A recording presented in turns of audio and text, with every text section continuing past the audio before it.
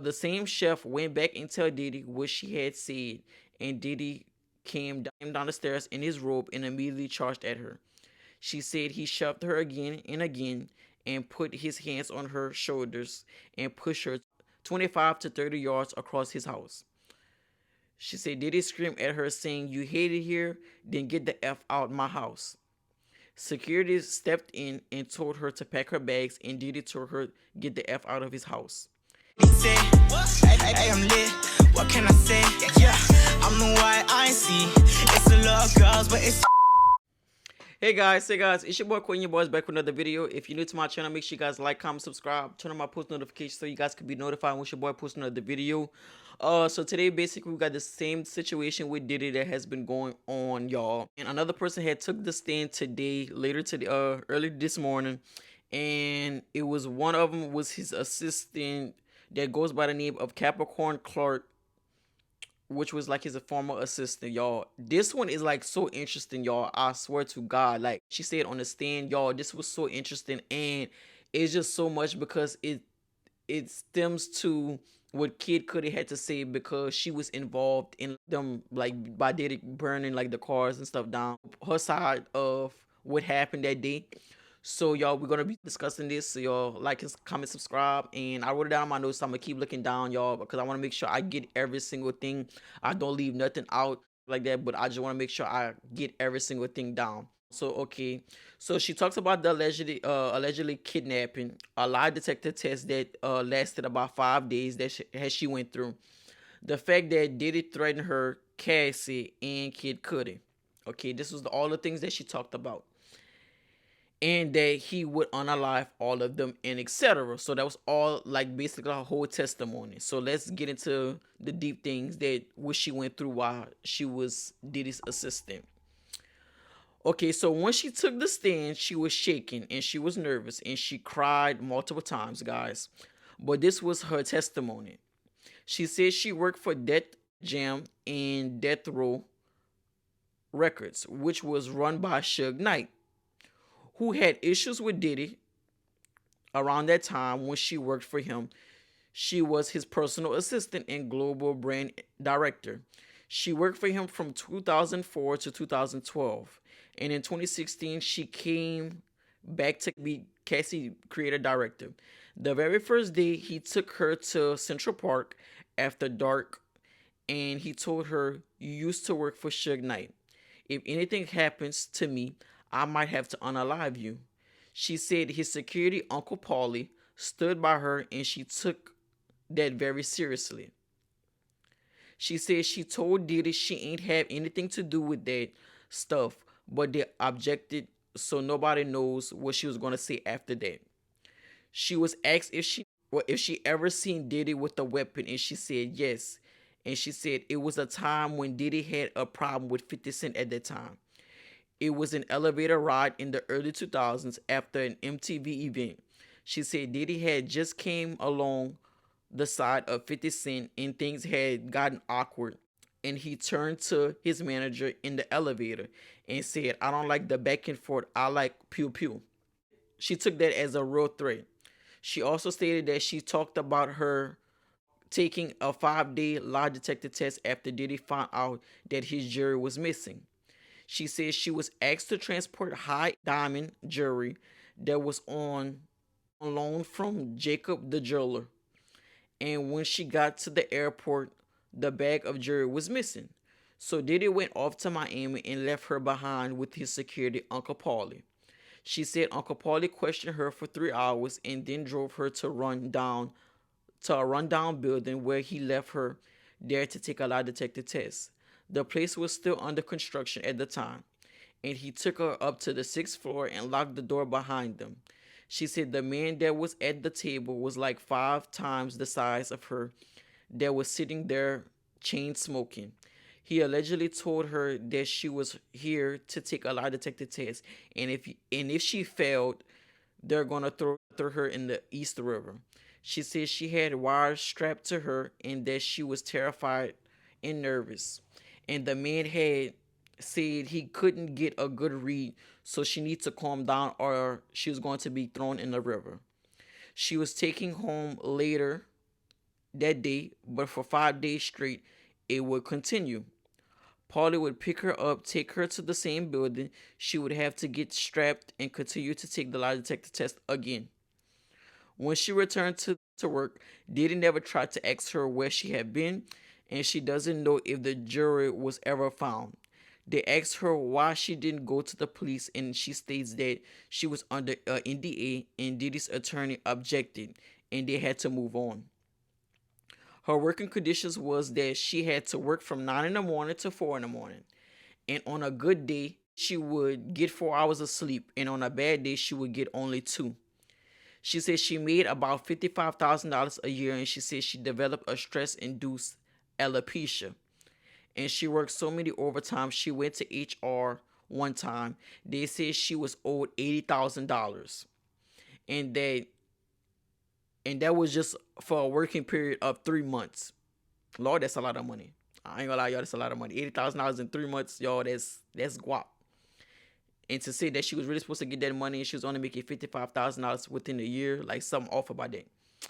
The HR people brought the paper to Diddy to tell him what she was owed. She said that he ripped the paper and never gave her a dime of it. She talks about a time in 2006 where she was at Diddy's Star Island mansion. She allegedly that he told her, "I don't care what's going on this weekend. You is not to leave this house."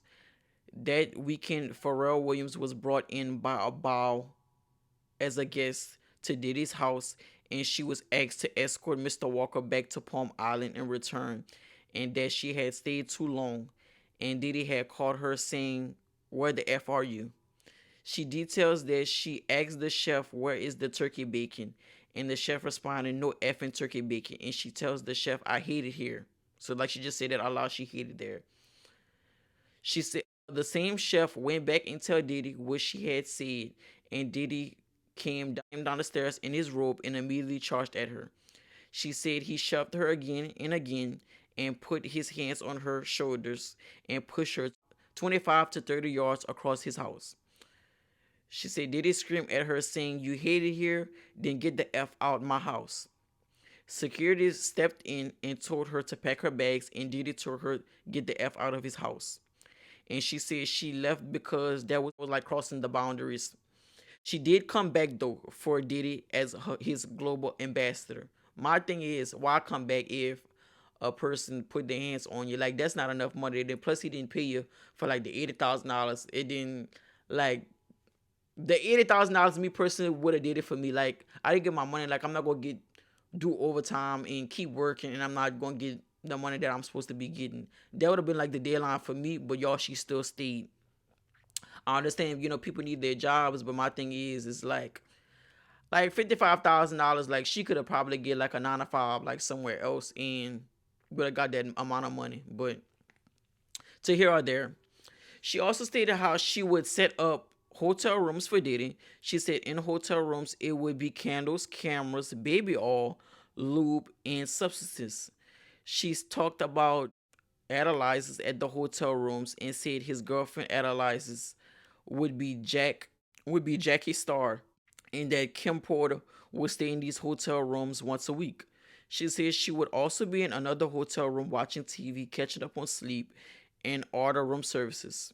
When Diddy would be done with the hotel rooms, she would have to get up and clean them up. And she said that it would be so much baby oil that sometimes she would even see handprints. In 2008, she said that Cassie would be at these hotel rooms about once a week. That ex has Diddy ever talked about Cassie to her, and she said yes. And then detailed that one time it was her, Miss London, and Chef Jordan in a room with Diddy, and Diddy called Cassie to come into the room. He asked her to do something and asked her to twirl, and then told her to leave, and then tells the women, UBS wouldn't do that, and that why y'all wouldn't have a man." And she responded, "You mother effing right." She talked about how Diddy would have her get substances for him, and one time he asked for snow.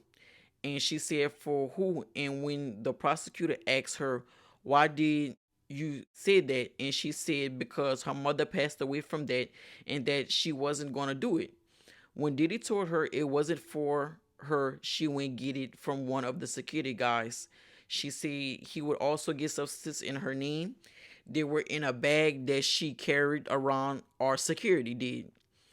And she talked about his cash, and she stated one time he had 100,000 euros while she was on the private jet with him, that he was bringing back after club appearances in Europe, and that he would give it to security and they would put it in his bedroom in his personal safe.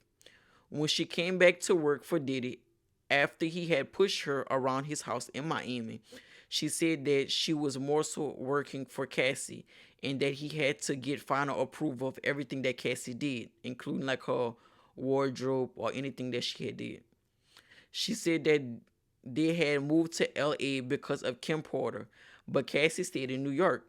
She said when she would come to LA, she would stay either with Diddy in a hotel or with her. Now they started to get into the December of 2011 when Diddy found out about Kid Cudi. So this is when it gets interesting, y'all. Clark said one day Cassie had came over and that she brought with her Kid Cudi. She said after finding out about him one day, Cassie had texted her saying she wanted to go out in public in LA with him. She told her, delete this text message because you're texting me on a phone that Diddy's paying for. Realizing how dangerous this situation can be, she took Cassie to Best Buy to get her a burner phone in order for her to speak to Kid Cudi. Diddy eventually found out and came to Clark's house, banging on her door. She looked in the peephole and she saw him pacing back and forth with the weapon in his hand, had ripped from his knees up in his shoulder, rips coming from his shoulder, and his underwear was showing, she states. She opened the door and he asked her why she didn't tell him who was Scott. She said she don't know any Scott, and he told her to let's go. We're going to unalive him. She told him she wasn't going, and he said he don't give a F what she wants. Get dressed. She was forced in the back of an Escalade, and Diddy sat next to her, which was unusual because Diddy would always sit to the front. She said he had a weapon in his lap, and his security guard, Ruben, was driving. They went to Kid Cudi's house that took about 15 to 20 minutes max. She said when they went inside, she called Cassie. He went inside and she stayed in the car. She said she told Cassie that, where the F are you? Puff is at Kid Cudi's house with a pew pew. Because I can't say the word, y'all. Cudi was with Cassie at the time, and Kid Cudi was yelling in the background, he's in my house. After hanging up, she panicked and she changed Cassie's name to Stormy. So Diddy would know she called Cassie. So eventually Diddy come back in the car, took her phone and called the last person Clark was speaking with. And then flipped on Cassie and said, who the F is the number, this number? Short time after Kid Cudi put up to Diddy Escalade. Right after Diddy had told her who's this number, eventually Kid Cudi pulled up to her house. Cudi pull up by his Escalade and then he accelerated off. Diddy's vehicle followed in pursuit. She said it probably was a minute, but it felt like forever. Diddy's security took them to a nightclub, and Diddy had called Cassie and said he would not let Capricorn Clark go unless she able to come get her. Capricorn Clark grabbed Cassie and brought her to Diddy, and Diddy made it clear to both of them that you need to let Kid Cudi know not to tell the police it was him. He told them if you don't tell him, I would unalive all y'all. She said she did tell Kid Cudi, and she told him if you tell on him, he will hurt all of us. And Cassie asked, do you really think he will? She said they then go back to Diddy's rental where he was waiting in a robe in his underwear, and that's when he started to beating on Cassie. He was beating her on her over and over and over, and Cassie did not fight back, and she was quietly crying to herself. Cassie was crawled in a fetal position, and she and Ruben were 5 feet away, and nobody did anything. And Diddy told her if they jump in, he gonna F them up too. She was told to leave when she was walking out. She still seen Diddy kicking Cassie when she was walking out. She immediately called Cassie's mom and told her that Diddy is beating the ish out of your daughter. I can't call the police, but you can. Cassie's mom told her she's gonna handle it and then hung up the phone. This was December of 2011. She said up until December 2011 through August 2012, Diddy threatened her about 50 times. He would call them the B word and said he would unalive them and that he would cut Cassie's face. He then told her she can't be friends with Cassie anymore, and the only reason they could have was work related. She said after that her relationship with Cassie completely changed. She didn't give any information of who might have burned Kid Cudi's car when she took the stand.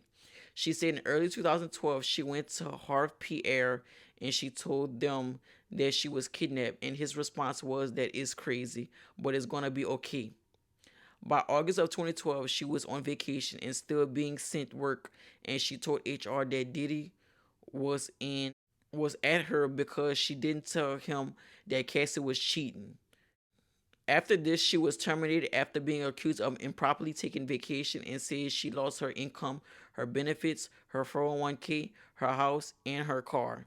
In her own words, she said that Diddy told her, "I would never work with you again," and that he would show her that all these people was never your friends. They're my friends, and he would make sure he would unalive her.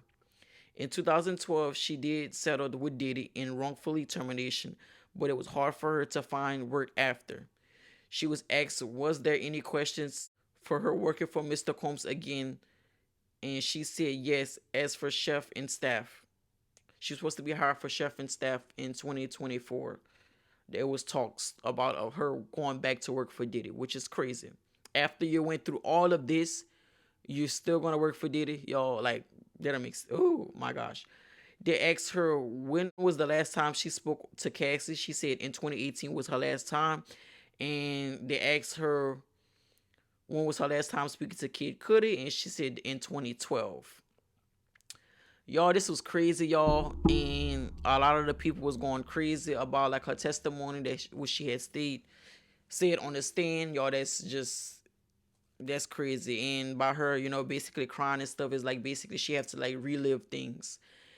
But I just feel like, me personally, why would you go back after the things that you went through with him for so many years? Like, she's been working with him, y'all. Like, that is crazy. But I guess she felt like possibly she couldn't work elsewhere, and she could possibly go back to work for Diddy for the same amount of money that she was working for. So I'm pretty sure she probably loved the money that she was getting. But he dogged out her the $80,000 that you was actually supposed to get. So how you don't think he was gonna dog you out again? Like, that's kind of like crazy. But y'all, this was a crazy testimony, y'all, that she had said, and man, this is crazy. We just gotta see who's gonna be taking the stand next, y'all. I will be reacting to talking about Kid Cudi, what he had to say on the stand. I'm sorry, y'all. I'm moving all around. I'm just trying to get like the full story of what happened with each person, and might do like another video of basically giving my honest opinions about everybody's story, or like what happened in everybody's stories, like putting it together, because her story kind of correlates with Kid Cudi's story, but I never sure what Kid Cudi said on the stand. I know he talked about like the burning of the car situation and that he think that Diddy did it, but I never made a video about it, but I'll be making one soon. So if y'all haven't watched my Cassie Take It to Stand testimony, y'all go watch my recent video, and y'all make sure y'all like this video and subscribe to the channel. We on the road to 2K subscribers, and as always, I'm gonna see you on the next video. As always, be breezy, don't be easy. Yeah. What can I say? Can you blame? She wanna be paid. Never stressed, I'm blessed where I stay. I don't care what nobody say. I am lit. What can I say? Yeah, I'm the why I